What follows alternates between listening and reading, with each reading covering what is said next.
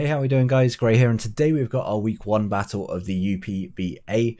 We're going up against the YCL Season 3 champion in PatMac and his Sacramento Sandslash. If I remember rightly, he went that entire season without losing a game. So you know he's tough competition. Make sure to go check him out. His link will be down in the description below. We faced off before in BBL, and we were able to just narrowly sneak out a 1-0 victory against him. I think Toxapex ended up just like stalling out his cloister at the end. It was a fantastic end game to watch. If you can't tell, I am ill. I've actually been ill since before we played this game, about a week ago, at least a week ago, I think it was. It may have been earlier. I was like, I didn't have the energy to live com at the time, so I was like, I'll just record and then I'll post com over it when I feel better. Obviously, here we are a week later, and I don't feel really any better. My voice will probably cut out halfway through this recording. It's struggling enough as it is, so I'll get straight into this. The draft, we won't have a draft video because, again, I was ill. But I'll have the draft be up whilst I'm talking. And if you want to know what the team we bought this week is, then make sure to check out in the description. Sorry, there's going to be a lot of that during this video, I'm not going to lie. Yeah, the team will be down in the description below. Make sure to check out everything, the UPBA YouTube and Twitch, where we'll be uploading and streaming respectively. The Discord, make sure to come join. We got pick'ems, we got a relatively lively still general chat, which I know in a lot of leagues tends to die off quite quickly, but it's still going at the moment, which is good. And yeah, also make sure to follow the Twitter so you don't miss out on any information that comes out, coach drops, all that sort of stuff. As well as leaving a like on the video and subscribing if you are enjoying the content. Of course, let's get into this before my voice completely decides to give up. So I'm expecting like Dialga, Latios, Rotom Heat, Primarina, Mudsdale, and Klefki. And we see most of those. We don't see the Latios. Now, that means my Assault Vest Slybro has a little bit less pressure. It had the entire weight of the world on it with the amount of special attack he had on his team, and the fact that I didn't really build this to necessarily be too defensive this team. So yeah, Slybro has one less mon it has to check. Saying that, it still probably has to check the Mudsdale. Klefki could be annoying until we find out it's set. But we're just going to lead off with Torn. Torn is like a fairly sound lead against quite a lot of this team.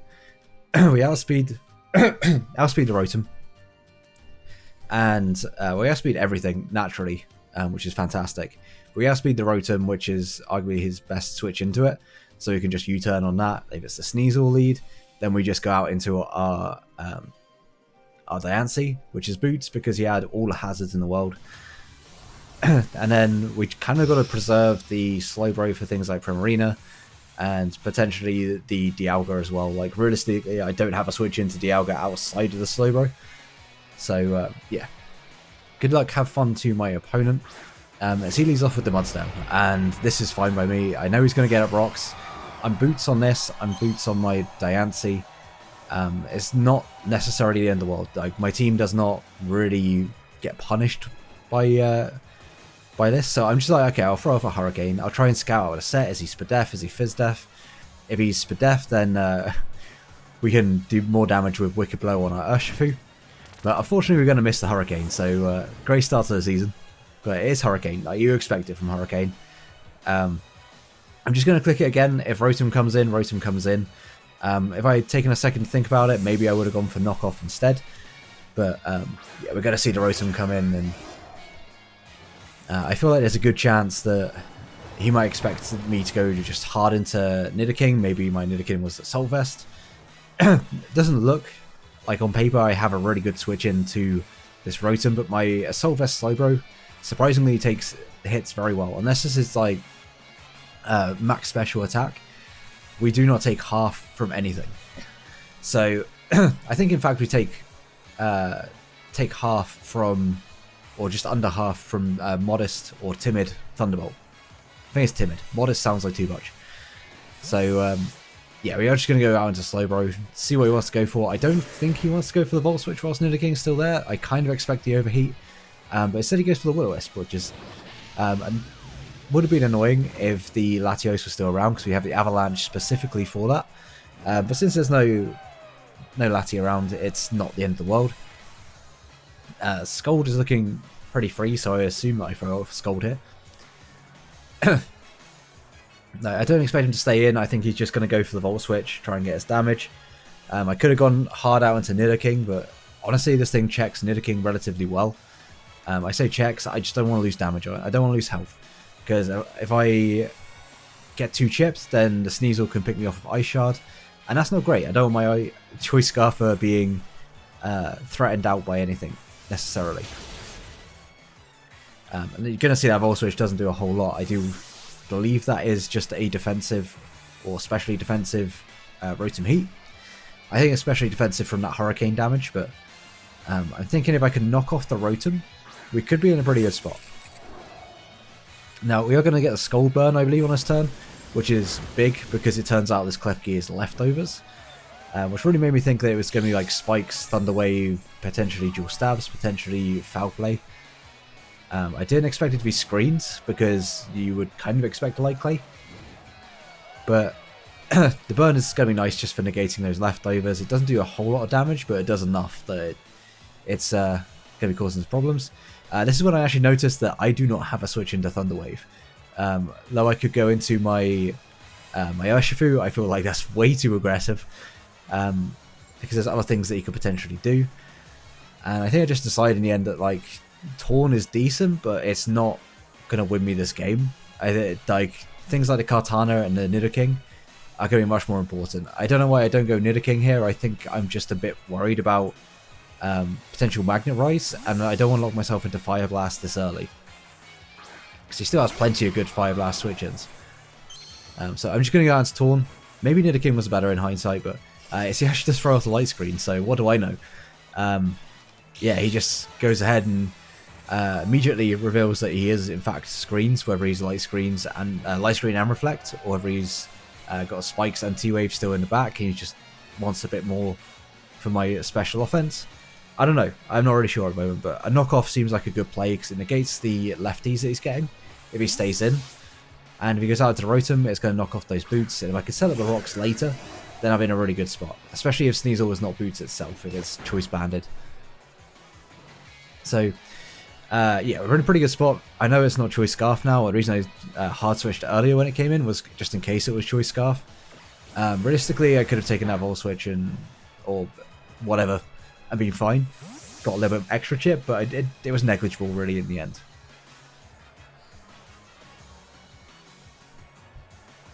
Now, this time I definitely expect him to think I'm going to go into Nidoking. And so I just go into my Diancie, which in the end happens to be a pretty decent play because Diancie has the lowest HP stat my entire team, and now is a great time for me to get a Rocks. If he wants to defog them away next turn, let's stay in Overheat. It's not the end of the world, but I think he's not going to want to take the Diamond Storm here, so he's just going to Volt Switch out. Why did I say Overheat? You Thunderbolt, of course. But yeah, if he wants to stay in and Thunderbolt, then he wasn't going to knock me out. He probably wasn't even going to 2-hit KO me. And this is the issue that I've got. This giant metallic dragon issue that I have is going to be immediately putting on pressure. I don't really have an immediate switch in. I don't want to waste my Slowbro's turns by switching into a potential Draco here. I don't think Draco's coming out. I think it's probably going to be Flash Cannon. It depends whether or not he wants to make any kind of reads. I think I'm very close to going into my Slowbro, but I'm like, actually, you know what? As long as it's not Specs, like I can scout the set with my Tornadus and potentially scare him out with a Focus Blast. So that's exactly what I'm going to do. I'm just going to go ahead and go into my Torn, try and scout out what kind of set he is. If he's Specs, he's doing over half. If he's a boosting item, he's doing over half. But if he's like Choice Scarf, then he won't. And we see that it doesn't do half. So I'm fairly confident that this thing is Choice Scarf. And with that knowledge, like, I still take this next hit, and I can always pivot out Regenerator as a broken ability. I've got boots, so I don't care. I do not care about the rocks potentially being set up. They're already up. I believe I just go for a Focus Blast here. It's honestly hitting a lot of his team. I don't think there's anything on his team that resists, because his Psychic type was the Latios, and his Fairy type is the Primarina, which did come to this game, but I didn't feel like he necessarily wanted to switch it in on this, especially if it's his defensive check to the Urshifu. So I'm just going to fire off a Focus Blast. It would do a good chunk to this. I think the screen's still up, but unfortunately we're going to miss a second move, which is, you know, it's torn. It happens. Because that's the issue of this mon. It would be absolutely amazing if it didn't have to run 70% accurate moves. Or not have to, but sometimes rely on those 70% accurate moves. Do I just go for a knockoff here, or do I go for a U-turn? Okay. So he reveals the spikes. So we've seen Light Screen, we've seen spikes. I've got to assume there's a fairy move on this, be it Draining Kiss, be it Dazzling Gleam. I'm just going to assume that it's got a fairy move for the Urshifu. And finally I found the time in which, actually no, the Light Screen wasn't up for that. I found the time to go into my Nidoking. First kind of free switch I got. And I'm still scared of Magnet Rise because I haven't seen Reflect. I haven't seen that third move, because there's no way he's got no attacking moves. So I'm fairly happy to just throw off a Fire Blast here in case he decides to go for Magnet Rise, because that would completely shut me down and I'd have to switch out again, which is not ideal. So yeah, I'm just going to Fire Blast. It will 2-hit KO this through the screen that I'm assuming that he's going to set up. And his switch-in would probably be... I don't know, I don't think he's got a great switch-in. That's the thing, I don't think he's got a good switch-in at all to this. I think he would have to rely on me being choice-locked, which of course I am, but he doesn't know that. And that seems like a risky play, so I think he probably just sacks his Clef Key here. If he does switch, then he's predicting me to go for the fire move here when the Earth Power is incredibly free. So yeah, he's just going to stay in, he's going to Light Screen, which of course means that this Fire Blast isn't going to knock it out from this range.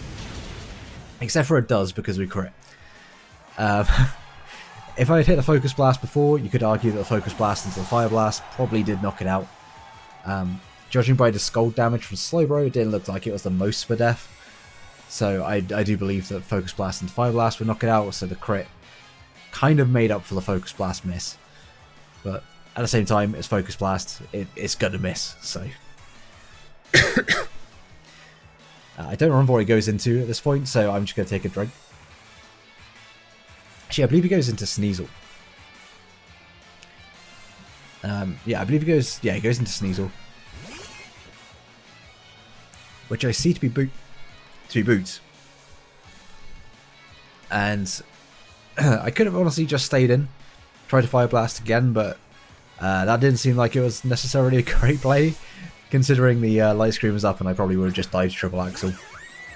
There was no way that the Fire Blast was killing even a Sneasel through the Light Screen. As he's going to knock me off. I think Triple Axel didn't have a great chance of just 2-hit KO me from Boots. So this was a free switch, and I don't want that Dialga to come in again. I really do not want that Dialga to come in. I believe it's Choice Scarf, so I need to maybe try and bluff with Urshifu if it is Choice Scarf. And yes, I'm just going to Baton Pass. If he Triple Axels me here, that's fine. I go into Urshifu. If he switches out into Dialga, I go into Urshifu.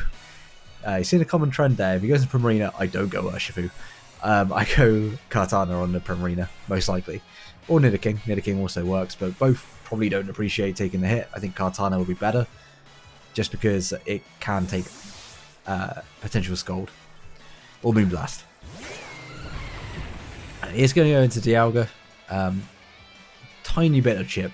Smallest bit of chip, but it does mean that we're going to see whether or not he's leftovers, which is vital information. So you Baton Pass and get out there, and I am going the quickest Urshifu of my life. I think. That was could have been quicker. Could have definitely been quicker. And I'm just going to click Close Combat. He does not have a switch in. Straight up, doesn't have a switch in. He doesn't know what my set is. I don't really know what his set is. If he is Truffleberry and he just stays in and kills me, unfortunate. But like I say, I believe this thing is choice scarfed, and the fact that he switches out here makes me believe that he 100% thinks I'm choice scarf. And he's going to find out very quickly that I'm not, because this close combat does so much damage to that Mudsdale. Just an unbelievable amount of damage. And unfortunately, he is going to be Rocky Helmet. So we're going to take Stealth Rock, Spike, Rocky Helmet, and Life Orb, which is going to put us roughly around half. We're going to take another lot of Rocky Helmet chip plus Life Orb, as I just go for the Wicked Blow. I could switch out, but I honestly don't think it's worth switching out at all, just in case this thing is like Rest Talk. I just don't think that's worth it. I just think it's best to like take the damage. Urshifu doesn't need health to be able to do what it needs to do. It just needs to be alive. Especially because that Dialga, it can come in and it can somewhat scare it out. Wicked Blow is going to pick up the KO. We saw how much close combat did. I had no doubt in my mind that was going to kill. And yeah, we're still able to take one more round of hazards. The light screen goes away, so there's no more screens in this game as far as I'm aware. I don't think there's anything on his team that now can set up the screens.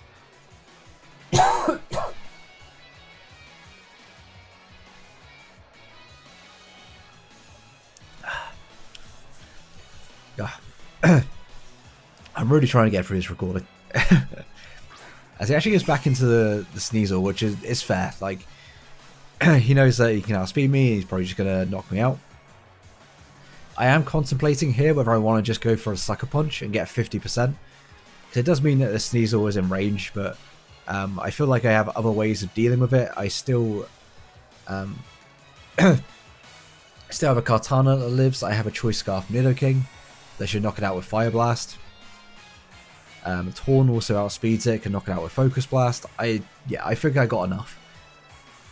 So, instead of Sucker Punching, I'm just going to go out into my Diancie, I believe. I don't Sucker Punch here, I know that much. Yeah, I'm just going to go out into my Diancie. I still have Slowbro as well. Worst case scenario, I need to take a hit with Slowbro. But I'm just going to sack off my Diancie here, because we are going to now take the Hazard.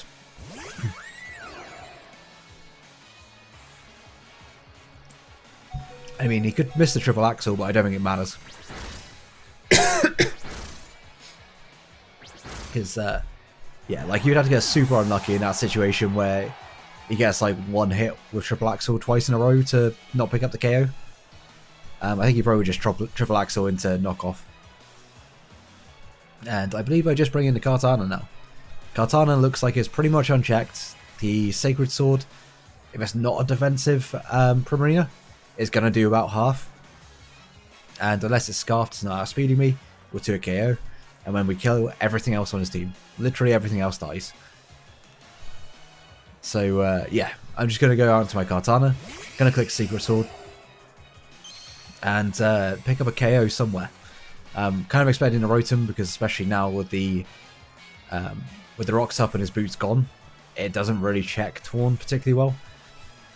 So yeah, I'm just going to click a button and see what he's going to pick to sack here. I was hoping it'd be the Sneasel. I really was. I was hoping he might go for a Triple Axle and just take his damage. Especially if he was Scarf Dialga, I thought it was a chance. But Sneasel was looking like arguably the biggest threat outside maybe Primarina. Don't know the Prim set at all. It hasn't even hit the field, even when the Urshifu came out. So yeah, still unsure on the Primarina. But as long as it's in the back, it's not a threat to me. The Sneasel, however, is a threat, and I'm aware at this point that if he is adamant, which seems unlikely, I think he's going to be Jolly just to outspeed Kartana, but if he was adamant, Triple Axle would be doing enough after one more lot of Rocks and Spikes, or sorry, no, I could take one more round of Rocks and Spikes and not be in range.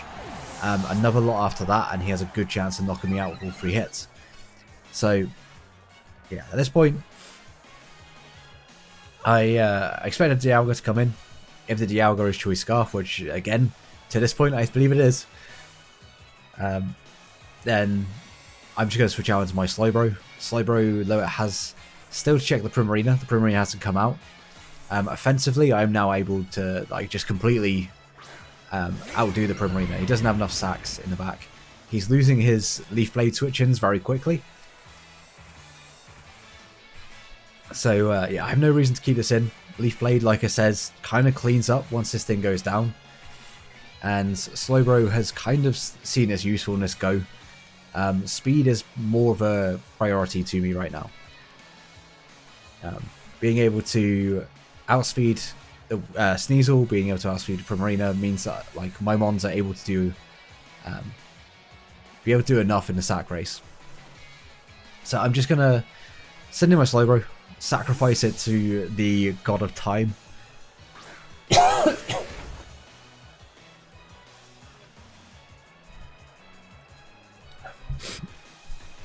As he actually goes for the Ice Beam. Predicting the Taunt to come in, which is fair because I switched that in last time. But since he's not choice specs, I actually take a Dragon Pulse. I don't take Draco Meteor. I have no switch in. Like I simply cannot switch in to this monster.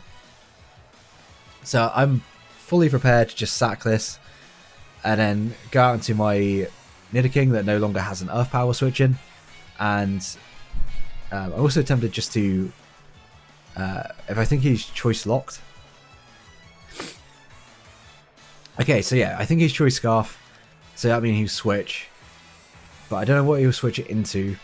But I also don't want to risk him being not choiced and just clicking Draco. And he actually isn't choiced, so I'm glad that I stayed in. Because I was tempted just to switch out and have some, expect him not to want to stay in. As he reveals the Chople on the Focus Blast. So we do connect with this Focus Blast, which is huge, because it reveals that. And I believe this is now in range of like everything on my team. Basically everything can outspeed and kill it, because we've seen that it's not scarfed. And Slowbro has done its job. It has checked the Dialga to an extent in which I no longer think it's a threat.